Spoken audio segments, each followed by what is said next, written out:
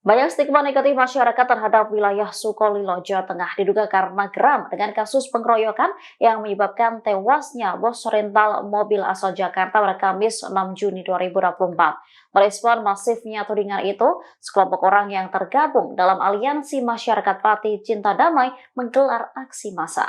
Diketahui selesai insiden itu banyak masyarakat yang menyebut Sukolilo sebagai sarang bandit hingga sarang penyamun.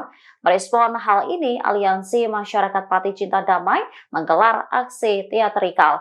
Dikutip dari tribunjateng.com, mereka membagikan bunga dan deklarasi cinta damai di kawasan Alun-Alun Pati pada Minggu 16 Juni.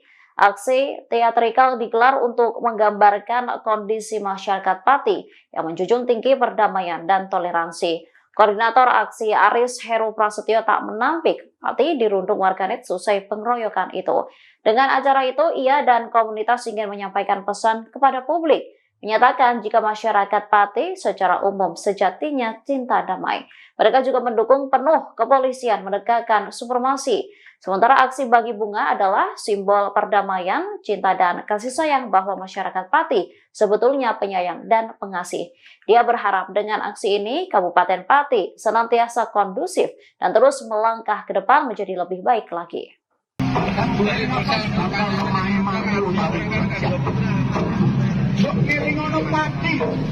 Download Tribun X sekarang, menghadirkan lokal menjadi Indonesia.